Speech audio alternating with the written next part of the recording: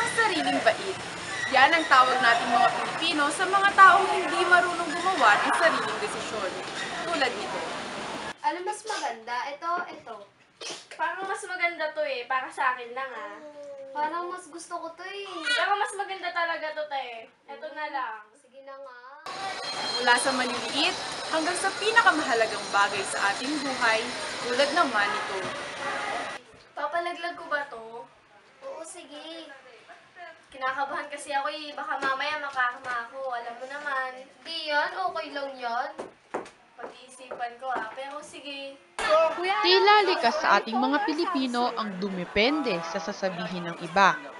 Bakit nga ba? Hayaan niyong bigyan kayo ng ekasi ng 3 kadahilanan.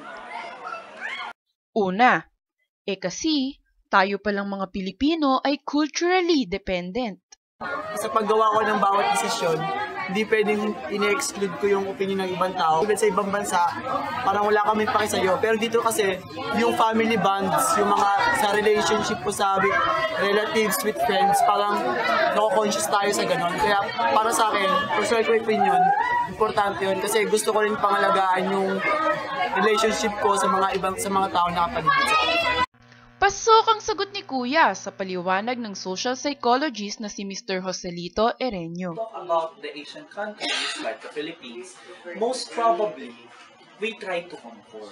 But it does not necessarily mean that we cannot decide for ourselves. It's just that somehow we are predisposed culturally to try to look at the perspective of other people before we make a final decision. And in a sense, that's who we are, especially if we're talking about Filipinos. Ngayon natutunan ko lalo sa field na pinasukan ko, kailangan hindi yung environment yung mag-a-adjust sa akin, kundi ako yung mag-a-adjust sa kanila. So ang tendency, kailangan malaman ko kung paano sila sa mga actions or notions na gagawin ko. Ang sagot ni ate ay kabilang sa 2 kadahilanan. Kasi ito ang dikta ng ating genes at environment. Psychology kasi may nature and nurture. Ibig sabihin, you also have the predisposition and also the nature. Ibig sabihin, the nurture pala, I mean, the environment also helps you to have that, Ngunit paano kung malala na ang pagkadepende mo sa opinyon ng iba? Dito na pumapasok ang 3 dahilan. Kasi, na-develop na sa kanya ang tinatawag na learned helplessness. Humihingi talaga ako sa taong alam kong mas magaling magpayo. Lagi kong pinoconsider kung ano yung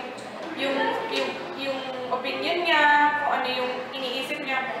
Talaga, yun nga, sabi ko nga, talaga nakaka-apekto siya. So, nagko-consult muna ako sa iba bago ko gawin yung isang bagay.